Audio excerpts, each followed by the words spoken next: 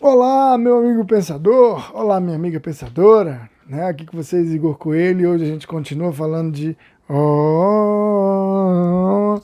do pensamento cristão, da filosofia medieval. Então a primeira coisa que eu quero que você perceba é que é um processo, tá? É um processo que vai sendo continuado. Então você tem as 4 fases e agora a gente vai chegar na fase final. Então começa lá com a fase apostólica do Paulo de Tarso, ou de São Paulo, que ele vai trazer as primeiras cartas, as primeiras formas de questionar a moral, né? Trazer a moral do cristianismo. Depois você tem a fase apologética, que vai fazer a defesa do cristianismo frente às outras religiões. Depois você tem a patrística, que é a parte da doutrina, que a gente falou do Santo Agostinho, da formação do pensamento. E por fim, você vai ter a escolástica, né, que é essa fase voltada para a escola. Então, com o governo de Carlos Magno, quando ele se tornou imperador, aí ele quis colocar esse processo de educação mais centralizado. Então, ele pensou de associar a educação à religião. Então, aonde você tivesse um aspecto da religião, um aspecto que eu falo, um lugar religioso, uma igreja, um bispado, uma catedral, você também tem uma escola. E aí, com isso, né, o processo de educação do Carlos Magno, você vai ter também o desenvolvimento da religião nesse processo de formar essas primeiras grandes escolas, né, as escolas que a gente vai dizer que são confessionais. Então, vai vir aí as escolas jesuíta, né, e várias outras que vão começar nesse período aí. Né, alguns grandes nomes da filosofia, como o próprio René Descartes, teve um ensino na escola jesuíta, o Immanuel Kant também estudou em escola jesuíta, então é legal que você entenda que faz parte dessa realidade da educação, né? E continua até hoje, né? Há muitos locais, aí, muitas escolas aí que tem essa parte confessional. Legal. Então a escolástica é esse período que vai ter a preocupação de repassar, transmitir os aspectos da doutrina. Então não é mais apenas desenvolver a doutrina como foi no pensamento do Agostinho, que tinha essa grande preocupação de desenvolver a doutrina. Agora a gente também tem a ideia de desenvolver alguma coisa, e isso é importante que você entenda, que tem muitos autores desse período. Você tem um grande autor que se destaca, que é o Abelardo, né, que é uma figura muito importante. Mas você tem o Guilherme de Ockham, né, que os escritos dele ultrapassam essa esfera religiosa. Você tem os pensadores árabes como Avicena, o Averroes, que são autores que vão também contribuir, encorpar muito nesse período, né? E vários outros, tá? Agora, os que se destacam, os dois que se destacam é o Agostinho na patrística e agora o Tomás de Aquino na escolástica. Então, Tomaso d'Aquino, né, o Tomás de Aquino, foi um jovem que sempre quis a vida religiosa, sempre desde criança.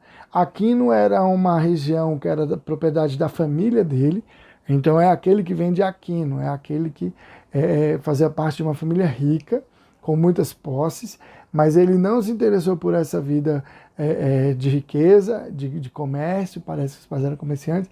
Ele não se interessou por isso, quis ser justamente religioso. E a família tentou dissuadi-lo algumas vezes, mas não conseguiu, e ele se dedicou muito a essa questão religiosa, né? Hoje considerado pela igreja o doutor angélico, né? Um dos principais nomes dentro da teologia. Para você ter uma ideia, para alguém concluir essa parte de se tornar padre, ele tem que estudar muito das obras do São Tomás. Então é importante que você veja a influência que o cara tem. Ele nasceu em 1226, mas ele ainda é influente, né, no pensamento. Então ele pega a parte final da Idade Média, né?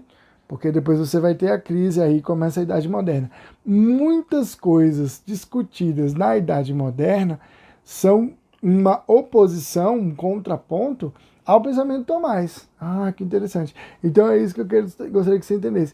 Essas ideias que a gente tem, por exemplo, do Tomás, da formação da natureza, ou então do o próprio papel da terra, né? Então todas essas coisas aí ele também deriva de um outro autor.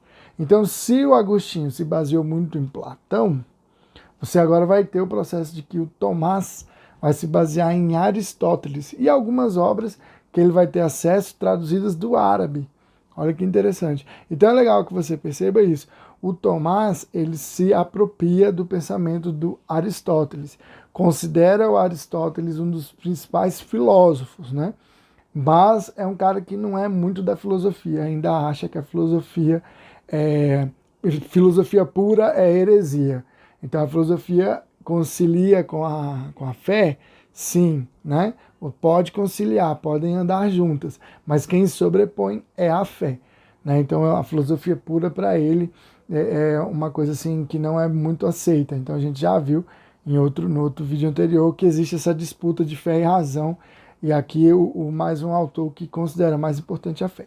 Então é legal que você entenda isso. Como ele se influencia muito pelo pensamento do Aristóteles, ele vai trazer essa ideia de que o homem não está aqui ao acaso, a existência do homem não é uma existência ao acaso, é uma existência que deve buscar a felicidade, né? A felicidade deve ser o objetivo de cada pessoa. Então a gente percebe que é bem próximo do pensamento do Aristóteles. Porém, a felicidade das coisas é efêmera, né? Então a busca material, ela vai fazer com que a gente tenha essa felicidade efêmera. Nós vivemos uma vida assim, veja, hoje é muito fácil de entender isso. Imagina lá no século XIII, mas hoje a gente tem uma vida muito rápida, muito corrida, não dá tempo nem de ver o meu vídeo. Então vê, a gente tem essa vida corrida, acelerada, então você passa pelas coisas sem notar a felicidade dos detalhes, que essa vai ser a ideia do Aquino. A felicidade está contida em pequenos detalhes, né? Pequenas coisas. Quando você tem um tempo que você pode admirar, um pôr do sol, um abraço de uma criança. Então, quando você consegue ter um tempo, mas que em geral você não tem. E como você não tem tempo, e como você tem muita coisa para dar conta, o que acaba acontecendo de acordo com o Tomás? Você vai buscando esse preenchimento material para você ser feliz.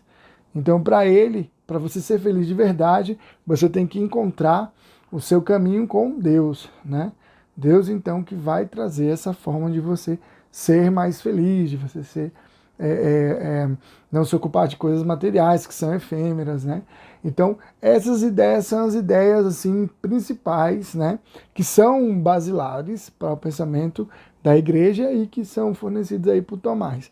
Ele também vai falar muito de pontos específicos, vai falar da filosofia, da metafísica, da teologia e um dos responsáveis pelo direito canônico. Então é legal que você lembre disso aí, o direito canônico, né, que vai ser a influência ou os limites jurídicos aí da religião, no caso do cristianismo. Então, é um autor fascinante, suas principais obras são Suma Teológica e Suma contra os Gentios.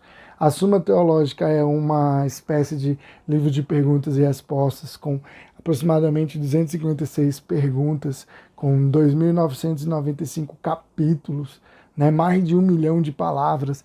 Então é uma obra extensa, mas que vai dar a base aí do pensamento cristão e do cristianismo, né? E o Suma contra os Gentios também, que ele vai colocar essas oposições contra as heresias, né? Então é legal aí que você perceba a grandiosidade desse autor, né? Muito respeitado dentro da Igreja Católica e que vai trazer essa parte muito importante dessa segunda fase da escolástica, desse processo mais educativo da Idade Média aí, tá bom? Então é isso. Vamos depois voltar em alguns pontos, mas aqui tá tranquilo e a gente continua falando de outros aspectos de filosofia. Muito obrigado pela atenção e vou nessa!